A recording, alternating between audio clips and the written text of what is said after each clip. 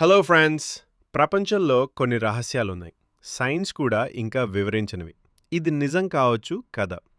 1972లో ఒక పరిశోధనా బృందం టిబెట్ పర్వతాలకు వెళ్ళింది. వారి లక్ష్యం మ్యాప్‌లో లేని ప్రాంతాన్ని అన్వేషించడం.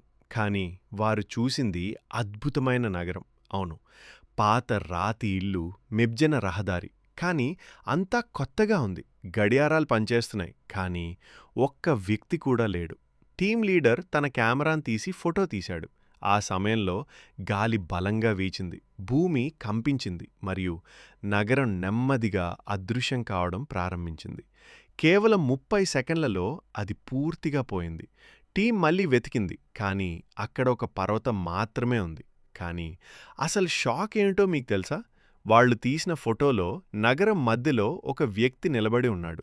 ఆ వ్యక్తి టీం లీడర్. కానీ ఫోటో తీసిన సమయంలో అతను కెమెరా వెనుక నిలబడి ఉన్నాడు. శాస్త్రవేత్తల దగ్గర ఇంకా సమాధానం లేదు. ఆ నగరం నిజమేనా?